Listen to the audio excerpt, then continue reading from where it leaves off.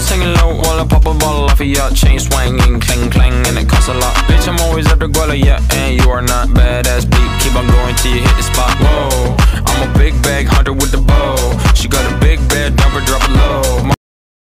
Bismillahirrahmanirrahim. Assalamualaikum warahmatullahi wabarakatuh.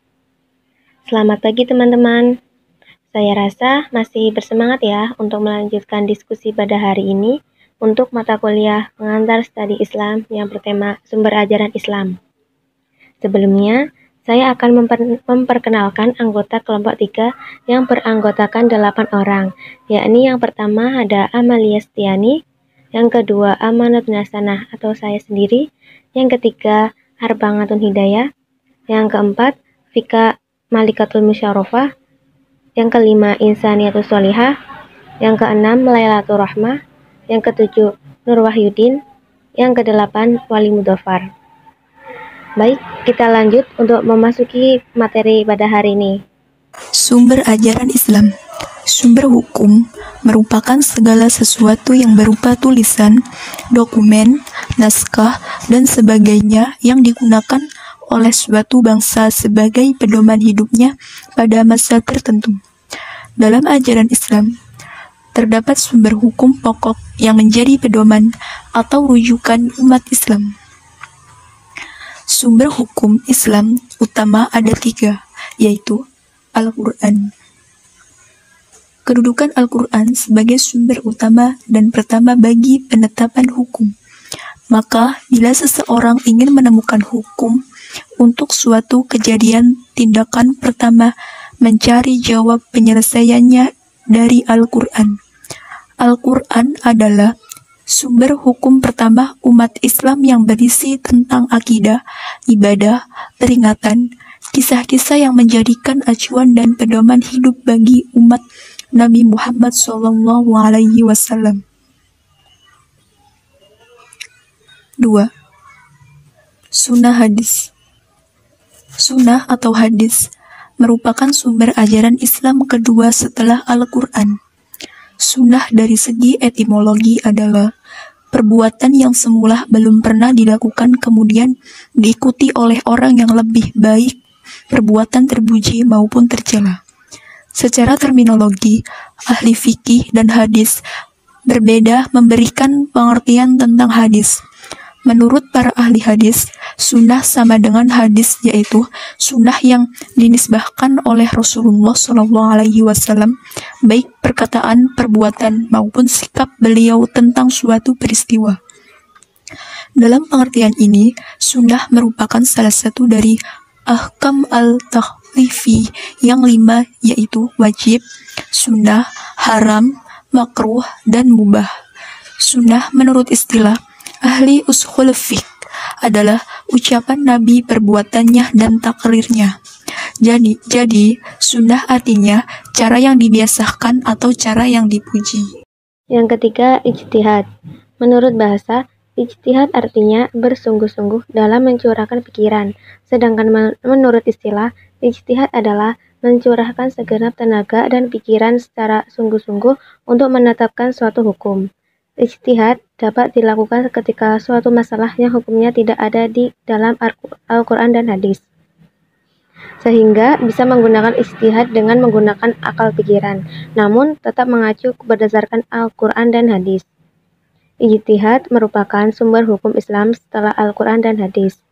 Ketika melakukan ijtihad tidak boleh bertentangan dengan Al-Quran dan hadis. Sedangkan menurut istilah agama, yaitu perbuatan Nabi, perbuatan dan takrirnya, yakni ucapan dan perbuatan sahabat yang beliau diamkan dengan arti membenarkan. Seluruh umat Islam telah sepakat bahwa hadis Rasul merupakan sumber dan hukum Islam setelah Al-Quran.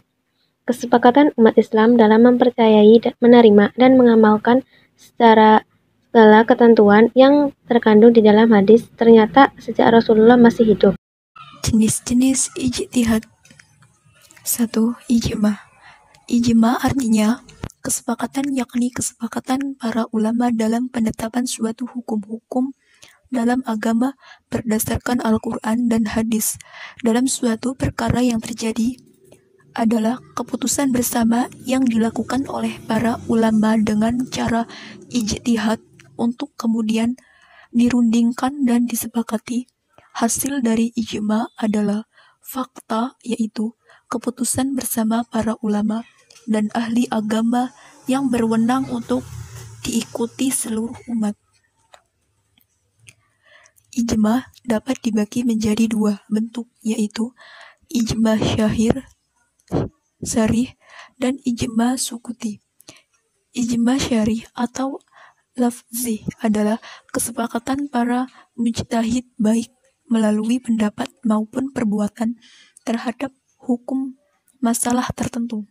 Ijma syarih ini juga sangat langka terjadi, bahkan janganlah yang dilakukan dalam suatu majelis pertemuan, tidak dalam forum pun sulit dilakukan. Bentuk ijma yang kedua adalah ijma sukuti, yaitu kesepakatan ulama melalui cara seorang mujtahid atau lebih mengemukakan pendapatnya tentang hukum satu permasalah dalam masa tertentu, kemudian pendapat itu tersebar luas serta diketahui orang banyak.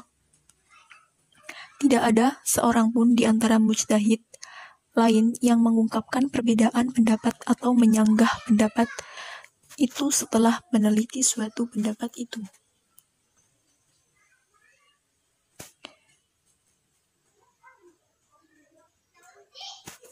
2. Qiyas. Sumber hukum Islam selanjutnya yakni qiyas atau analogi.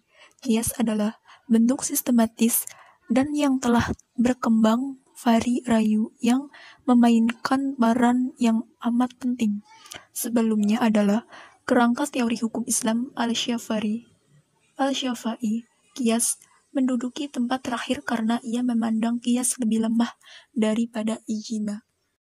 Pembedaan pemahaman atas sumber Islam. A. Perbedaan dalam memahami Al-Quran. Al-Quran adalah pegangan pertama semua imam mazhab dan ulama. Hanya saja mereka seringkali berbeda dalam memahaminya. Ada sebagian lafaz Al-Quran yang mengandung lebih dari satu arti atau mustarak. Contoh lafaz guru. Sebagian mengartikan dengan suci, dan sebagian lagi mengartikan dengan haid. Akibat perbedaan lafaz guru ini, sebagian sahabat atau Ibnu Mas'ud dan Umar memandang bahwa manakala perempuan itu sudah mandi dan dari haidnya yang ketiga, maka baru selesai idahnya. Lihatlah, bahkan para sahabat Nabi pun berbeda pendapat dalam hal ini. Ada ulama yang berpendapat bahwa tambahnya Allah sengaja memilih kata guru sehingga kita bisa menggunakan akal kita untuk memahaminya. Soalnya, kalau Allah mau menghilangkan perbedaan pendapat, tentu saja Allah dapat memilih kata yang pasti saja, apakah suci atau haid. C. Berbeda dalam memahami dan memandang kedudukan suatu hadis.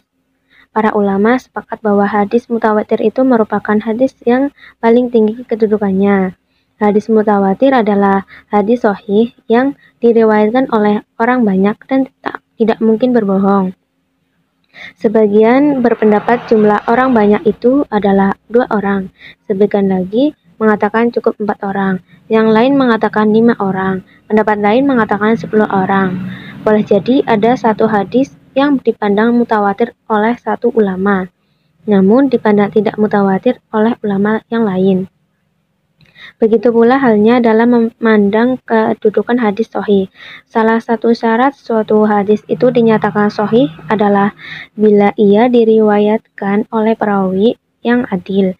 Boleh jadi satu hadis dinyatakan sahih karena perawinya dianggap adil oleh satu ulama atau sesuai dengan syarat adil yang dia susun, tetapi tidak dipandang adil oleh ulama yang lain, atau karena tidak memenuhi syarat adil yang dia yakini.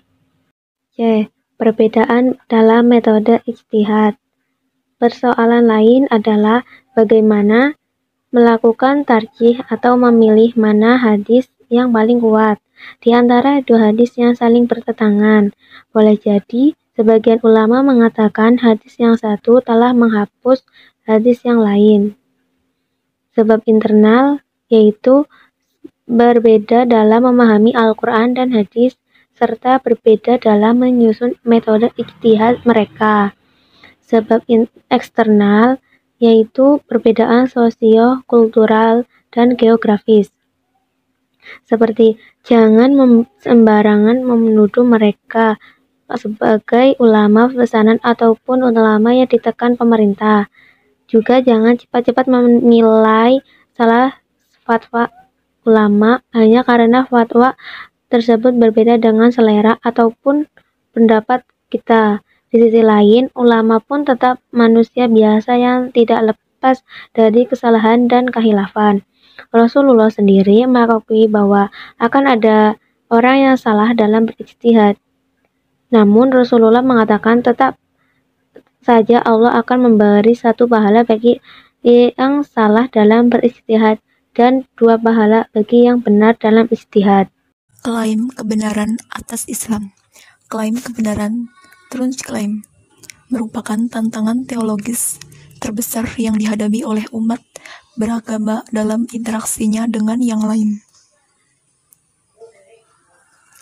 Imbas dari klaim kebenaran ini, seringkali terjadi penyesatan dan kekerasan terhadap pemeluk agama atau keyakinan dan pandangan lain seperti yang dialami oleh Jamaah Ahmadiyah dan AKKBM. Belum lama ini, dewasa ini, interaksi antar dan sesama umat beragama memang dirasakan semakin intens, seperti dalam pertemuan-pertemuan antar tokoh agama, seminar, dan bahkan dalam acara-acara bernuansa sosial, yakni bagaimana penganut agama harus menampilkan diri di hadapan sesama penganut agama dan di tengah-tengah penganut agama lain dengan menawarkan jalan kebenaran dan keselamatan masing-masing. Tawaran jalan kebenaran dan keselamatan ini mestinya harus didasarkan pada kebenaran substantif agama dengan mengedepankan toleransi, inklusivitas, kesetaraan, dan kebebasan yang terkandung di dalamnya. Fenomena klaim kebenaran yang didasarkan pada hegemoni kekuatan mayoritas pengikut agama ini setidaknya merupakan fakta yang bertentangan dengan pesan universal yang disampaikan oleh agama-agama yang ada di dunia, baik agama Semitik maupun agama non-Semitik. Dalam konteks Islam, klaim kebenaran hegemonik agama tersebut juga mengabaikan pluralitas dan inklusivitas yang digagas oleh Al-Quran dan telah dipraktikkan oleh Rasulullah Shallallahu Alaihi Wasallam pada periode Madinah. Demikian presentasi dari kelompok 3. Apabila ada kesalahan, kami mohon maaf yang setulus-tulusnya. Wabillahi taufiq wal hidayah. Wassalamualaikum warahmatullahi wabarakatuh.